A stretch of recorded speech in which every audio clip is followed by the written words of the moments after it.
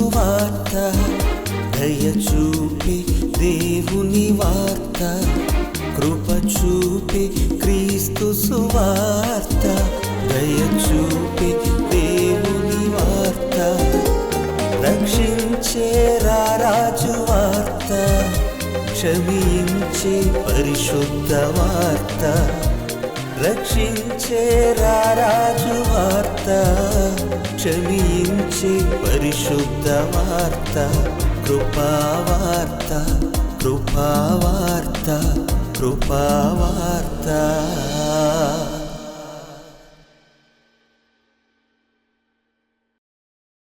యేసుక్రీస్తు ప్రభువునందు పరిశుద్ధులుగా ఉండుటకు పిలువబడిన మీ అందరికీ నా హృదయపూర్వకమైన వందనములు తెలియజేయుచున్నాను. కృపావార్త అనే ఈ కార్యక్రమం ద్వారా ఎన్నో ఆధ్యాత్మిక సంగతులను మీరు నేర్చుకుంటున్నారు. ఈ క్రమంలో ఈరోజు కూడా ఈ సమయమందు మన తండ్రి అయిన దేవుడు అనుగ్రహించిన కృపను బట్టి చక్కని సంగతులను మనం ఆలోచన చేద్దాం. ముఖ్యంగా మానవ హృదయాన్ని గురించి. ఈ ప్రపంచంలో అతి పరిశుద్ధముగా ఉండవలసినది ఏదైనా ఉన్నది అంటే అది మానవుని హృదయం. కానీ అది పాడైపోయింది. తల్లి గర్భంలో నుండి బయటకు వచ్చినటువంటి ప్రతి శిశువు హృదయము పరిశుద్ధమైనది, యథార్థమైనది. కానీ లోకపు పాపములో లోకపు మలినమును అంటించుకొని అతి త్వరగా పాడైపోతున్నది ఏదైనా ఉన్నది అంటే అది మానవ హృదయమే. మానవ హృదయమే. పైగా హృదయము పాడైపోవుట మనుషుల కంటికి కనిపించదు. తల్లిదండ్రులైన వారు తమ పిల్లల హృదయాలు పాడైపోతున్నాయి అనేటువంటి విషయాన్ని ఎలా గమనించగలరు? కళ్ళతో చూచైతే గమనించలేరు. అది ఆంతరంగికంగా కలిగేటువంటి మార్పు. హృదయము పాడైపోవుట, హృదయము మలినమైపోవుట, అపరిశుద్ధమైపోవుట, ఇది ప్రతి మనిషిలోనూ ఈరోజు జరిగినదే, జరుగుచున్నదే. అయితే పరిశుద్ధ గ్రంథంలో హృదయము పాడైపోయినప్పుడు మరలా ఆ హృదయమును పవిత్రపరుచుకునేటువంటి అవకాశం మనకు అనుగ్రహింపబడింది. ఈ సర్వ ప్రపంచంలో ఎక్కడా కూడా హృదయమును పరిశుద్ధపరుచుకునేటువంటి విధానం లేదు. కేవలము దేవుని యొద్ద తప్ప, కేవలము దేవుని మాటలలో తప్ప. శరీరమును పవిత్రపరచుకోవటానికి ఎన్నెన్నో ఉపాయాలను మనుషులు చెబుతూ ఉంటారు. ఫలానా నదిలో మునగాలని, ఫలానా చోటకు వెళ్ళి నీవు అక్కడ గడిపితే, అక్కడ నీవు కొన్ని కార్యక్రమాలు చేస్తే నీ శరీరం పవిత్రమవుతుందని కొంతమంది అయితే చెబుతారు. కానీ హృదయ పరివర్తన, హృదయ పరిశుద్ధత కేవలము దేవుని మాటలలోనే మనకు కనిపిస్తుంది. దేవుడు ప్రధానంగా మన హృదయం మీద దృష్టి పెట్టాడు. మన హృదయం మీద దృష్టి పెట్టాడు, మన ఆలోచనల మీద ఆయన దృష్టి పెట్టాడు. ఎందుకంటే మానవ బ్రతుకును నడిపించేది హృదయమే, మానవుని హృదయమే. ఆ హృదయం పాడైపోతే మనము దేవుని రాజ్యములో ప్రవేశించలేం. ఆ హృదయము పవిత్రమైనదిగా, పరిశుద్ధమైనదిగా ఉన్నప్పుడు మనము దేవునికి చేరువవుతాం. ప్రియులారా, పరిశుద్ధ గ్రంథంలో ఒక భక్తుని యొక్క మాటలు రాయబడ్డాయి. ఒక భక్తుని యొక్క మాటలు రాయబడ్డాయి. ఆ భక్తుడు ఎవరో కాదు, దేవుని ఇష్టానుసారుడగు దావీదు. ఈ దావీదు ఒకానొక సందర్భంలో హృదయము చెడిపోయిన వాడై పాపమును జరిగించాడు. హృదయము చెడిపోయిన వాడై పాపమును జరిగించాడు. హృదయము అపరిశుద్ధమైపోయింది, అపవిత్రమైపోయింది. ఇక దావీదు భయంకరమైనటువంటి బంధకాలలోనికి వెళ్ళిపోయాడు.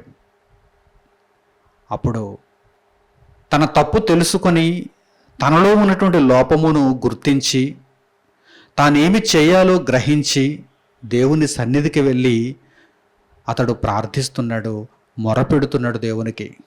దేవా, నాకు మరలా శుద్ధ హృదయం కావాలి అంటున్నాడు. ఏం కావాలి దావీదుకి? శుద్ధ హృదయం, పవిత్రమైనటువంటి మనస్సు, మంచి ఆలోచనలు. ఈరోజు మానవ సమాజంలో ఎంతోమంది మనుష్యులు, చెప్పాలంటే దాదాపుగా అందరూ అని చెప్పచ్చు, మనుషులందరూ కూడా ఒక భయంకరమైనటువంటి రోగంతో బాధపడుతున్నారు. అదేంటో తెలుసా? హృదయ సంబంధమైన రోగం, హృదయ సంబంధమైన వ్యాధి. వైద్య పరిభాషలో హృదయం అంటే గుండె అనుకుంటారు. లబ్డబ్మని లోపల కొట్టుకుంటున్నటువంటి రక్తమును పంపిణీ చేసేటువంటి గుండె అనుకుంటారు. కానీ పరిశుద్ధ గ్రంథపు పరిభాషలో, దేవుని పరిభాషలో అయితే గుండె అనగానే మన ఆలోచనలు, మన వ్యక్తిత్వం, మన యొక్క మనస్సు, మన విధానం. హృదయం అనగానే, దేవుని దృష్టిలో హృదయం అనగానే మన యొక్క మనస్సు అని అర్థం, మన యొక్క ఆలోచనలు అని అర్థం. ప్రపంచవ్యాప్తంగా ఉన్నటువంటి మనుషులందరూ ఒక భయంకరమైనటువంటి రోగముతో బాధపడుతున్నారు. ఆ రోగము లోకములో ఉన్నటువంటి లోక వైద్యులకు అందదు. ఎందుకంటే అది హృదయ సంబంధమైనటువంటి రోగము. రోగము ఉందన్న విషయం కూడా రోగికి తెలియకుండా భయంకరమైనటువంటి విధానంలోనికి ఆ రోగం తీసుకుని వెళుతుంది. ఏమిటా రోగం అనగానే హృదయ సంబంధమైనటువంటి రోగము. ఆ రోగము ఉందని గుర్తించాలంటే దేవుని మాట వినాలి, దేవుని సన్నిధికి రావాలి, దేవునితో మాట్లాడాలి, దేవుని మాటలు అంగీకరించగలిగేటువంటి మనస్సు ఉండాలి. చరిత్రలో ఈ భక్తుని గూర్చి మనం ఆలోచన చేయగలిగితే, దావీదు హృదయ సంబంధమైనటువంటి రోగము కలిగి పాపములో పడి దేవునికి దూరం అయిపోయినప్పుడు మరల తన పూర్వ వైభవం కావాలనుకుంటూ, తండ్రి దేవా నాకు శుద్ధ హృదయము కావాలి అని దేవుణ్ణి ప్రార్థిస్తున్నాడు. ఈరోజు మానవ జాతి అంతా కూడా చేయవలసినటువంటి మొట్టమొదటి ప్రార్థన ఇదే: దేవా నాకు శుద్ధ హృదయమును కలుగు చేయుము. ఎందుకంటే మనుషులందరూ కూడా హృదయము పాడై ఆ రోగముతో బాధనందుతున్నారు. అది వారికి కూడా తెలియటం లేదు. ఆ విషయం వారికి కూడా తెలియటం లేదు. ఎదుటివారికి తెలియడం తర్వాత సంగతి, ముందు వీరికైనా తెలియాలి కదా. ఎవరికైతే ఆ రోగం ఉందో వారికైనా ఆ విషయం తెలియాలి కదా. హృదయం పాడైపోయింది. హృదయం పాడైపోతే చెడు తలంపులు, హృదయం పాడైపోతే దేవుని నుండి దూరం అయిపోవడం, హృదయం పాడైపోతే దేవుని క్రియలు చేయకపోవటం, హృదయం పాడైపోతే పాతాళమునకు చేరువైపోవటం, ఆత్మను నాశనమునకు చేరువ చేసుకోవటం. ఇవి తప్ప ఇక ప్రయోజనకరమైనటువంటి విషయాలేమి కూడా అక్కడ కనిపించవు. కనుక ప్రియులారా, ఈరోజు ఉన్నతమైనటువంటి సంగతిని మీరు అందరూ కూడా ఆలోచించాలని, మనస్సును పెట్టాలని నేను కోరుకుంటున్నాను. మీరు అందరూ కూడా హృదయమును శుద్ధి చేసుకోవాలి. హృదయ శుద్ధి కలిగిన వారు చాలా ఉన్నతులు. పరిశుద్ధ గ్రంథంలో మత్తయి సువార్తలో ప్రభువు వారు ధన్యతలను గురించి మాట్లాడుతూ హృదయ శుద్ధి కలిగిన వారు ధన్యులు అన్నారు. మత్తయి సువార్త 5వ అధ్యాయం 8వ వాక్యాన్ని చూడగలిగితే హృదయ శుద్ధి కలిగిన వారు ధన్యులు అంటే ఇది చాలా ముఖ్యమైనటువంటి విషయం. మిమ్మల్ని ధన్యులుగా చేసేటువంటి విషయం. మీ హృదయం ఎప్పుడూ శుద్ధముగా ఉండాలి. హృదయం పాడైపోతే శరీరం కూడా పాడైపోయినట్టే. ఎంత ఆరోగ్యంగా ఉందని మీరు అనుకుంటున్నా హృదయం పాడైపోతే శరీరం కూడా పాడైపోయినట్టే. హృదయము శుద్ధిగా ఉంటే శరీరంలో ఏ లోపం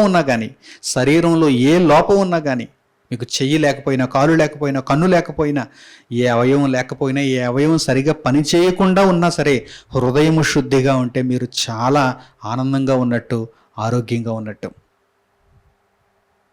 ప్రియులారా, దావీదు మహాభక్తుడు. ఎందుకంటే తన హృదయానికి పట్టినటువంటి రోగాన్ని గుర్తించగలిగాడు, మరలా దేవుని సన్నిధిలో వేడుకొనగలిగాడు, శుద్ధ హృదయాన్ని మరలా దేవుని వలన పొందగలిగాడు. కనుక దావీదు మహాభక్తుడయ్యాడు.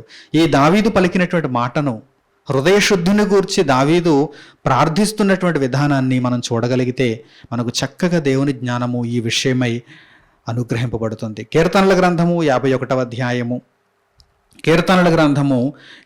అధ్యాయము 10వ వాక్యాన్ని జాగ్రత్తగా మీరు గమనించండి.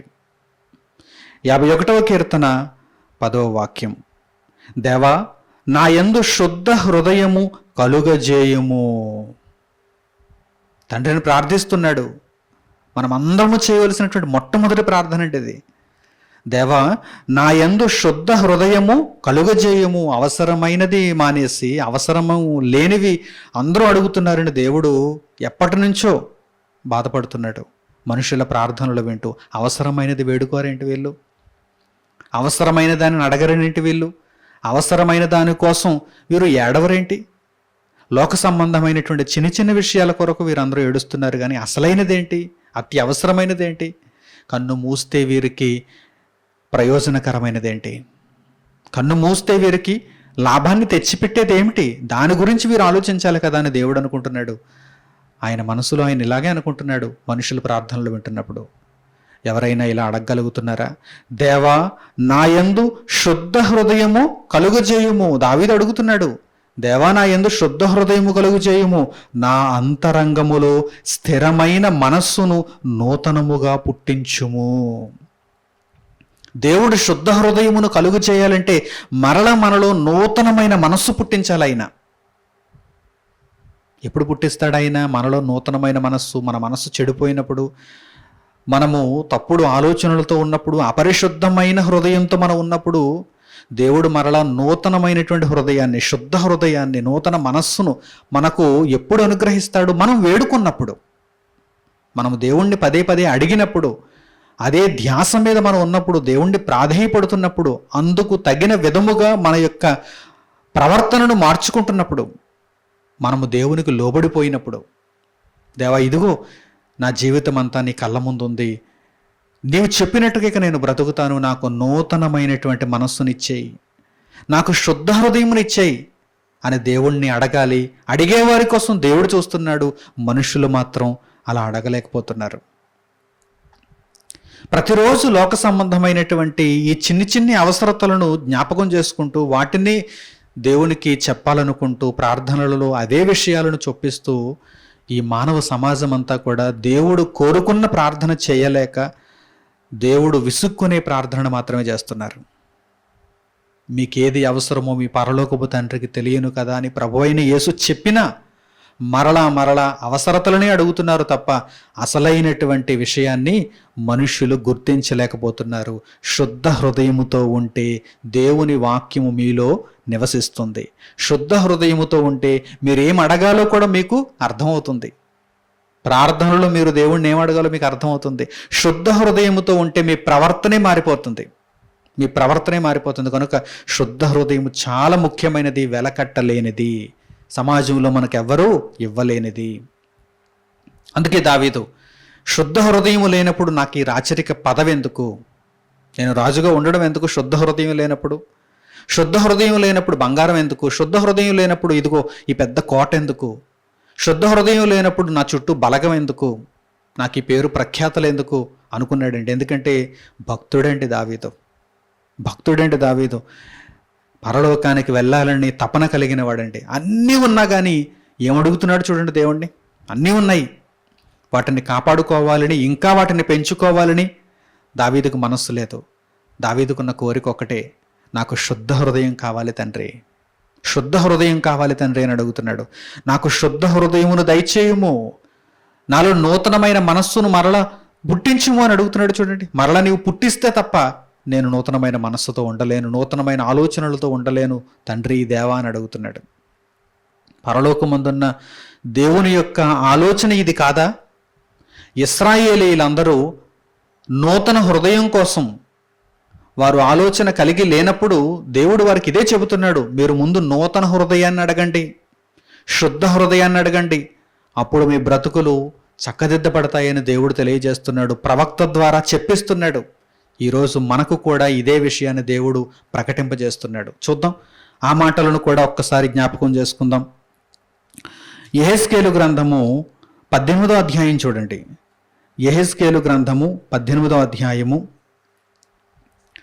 31వ వాక్యం. యెహెజ్కేలు గ్రంథము 18వ అధ్యాయము 31వ వాక్యాన్ని చూడండి. 31వ వాక్యం, మీరు జరిగించిన అక్రమ క్రియలన్నిటినీ విడిచి నూతన హృదయమును నూతన బుద్ధియు తెచ్చుకొనుడి. ఇశ్రాయేలీయులారా, మీరెందుకు మరణమునొందుదురు? ఇదే ప్రభువు యెహోవా వాక్కు. దేవుడు ఇక్కడ తెలియజేస్తున్నాడు చూసారా? ఇశ్రాయేలీయులతో దేవుడు ఏం చెప్పమంటున్నాడు? ప్రవక్త ద్వారా ఇశ్రాయేలీయులతో దేవుడు ఏం చెబుతున్నాడు చూడండి. మీరు జరిగించిన అక్రమ క్రియలన్నిటినీ విడిచి, నేను అక్రమంలోనే ఉంటాను, నేను అన్యాయంలోనే ఉంటాను, నేను లోక సంబంధిగా బ్రతుకుతాను, నూతన హృదయాన్ని ఇచ్చేంటి దేవుడు ఎవడు. ముందు మన తరపు నుండి, మన వైపు నుండి మనము నూతన హృదయాన్ని కోరుకుంటున్నామా లేదా, శుద్ధ హృదయం కోసం మనం ఎంతగా ఆలోచిస్తున్నాం అనేది దేవుడు చూస్తాడు. ఎప్పుడు మనము శుద్ధ హృదయమును నిజముగా కోరుకుంటున్నట్టు, మనము చేస్తున్నటువంటి అక్రమమునంతటిని విడిచిపెట్టినప్పుడు, దేవుని వాక్యమునకు మన జీవితంలో చోటిచ్చినప్పుడు, దేవునికి మనలను మనమే అప్పగించుకున్నప్పుడు, అప్పుడు నూతన హృదయాన్ని నిజంగా మనం కోరుకుంటున్నట్టు. అందుకే దేవుడు ముందుగా కండిషన్ చెబుతున్నాడు చూడండి, మీరు జరిగించినటువంటి అక్రమ క్రియలన్నిటినీ విడిచి నూతన హృదయమును నూతన బుద్ధియు తెచ్చుకోండి. దేవుని సన్నిధిలోనే తెచ్చుకోండి, దేవుని యొక్క అనుగ్రహం వలన పొందండి. దేవుడిస్తాడు మీకు, తెచ్చుకోండి. నూతన హృదయమును నూతన బుద్ధియు తెచ్చుకోండి.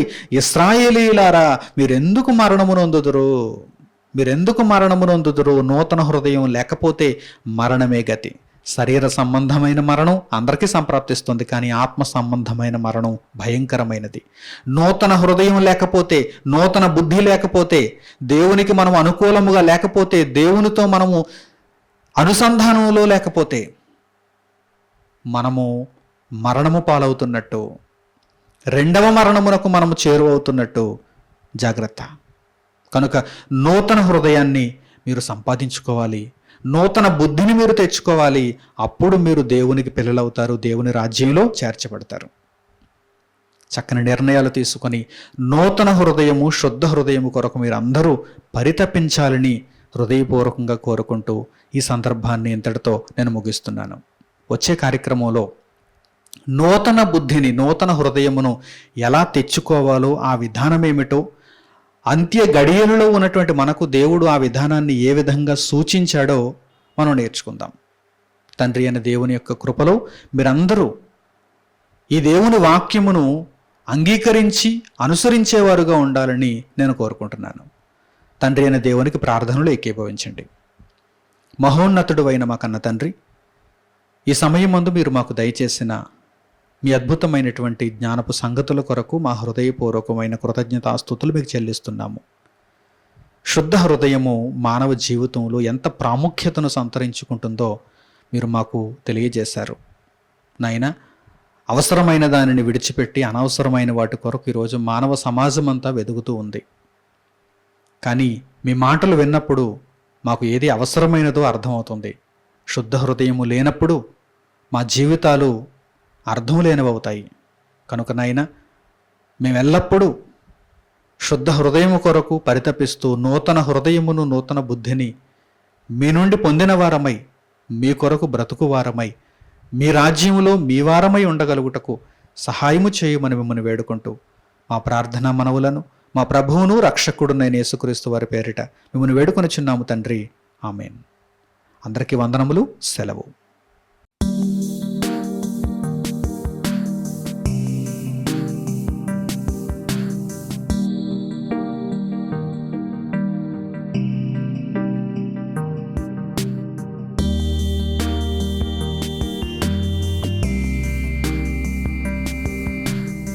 సహోదరులు మణికుమార్ గారు ప్రసంగించిన ఎన్నో ఆత్మ సంబంధమైన సంగతులను ఉచితంగా వీక్షించుటకు మా యూట్యూబ్ ఛానల్స్ను తప్పక దర్శించండి. మా సమాచారమును ఎప్పటికప్పుడు తెలుసుకొని ఆత్మీయ అభివృద్ధి నొందవలనంటే మా యూట్యూబ్ ఛానల్స్ను సబ్స్క్రైబ్ చేసుకోండి. సత్వర నోటిఫికేషన్ కొరకు సబ్స్క్రైబ్స్ బటన్ ప్రక్కన ఉన్న బెల్ సింబల్ను క్లిక్ చేయండి. మరిన్ని వివరాలకు మీరు సంప్రదించవలసిన మా ఫోన్ నంబర్స్ 8978414178 మరియు 8333927666. ధన్యవాదములు.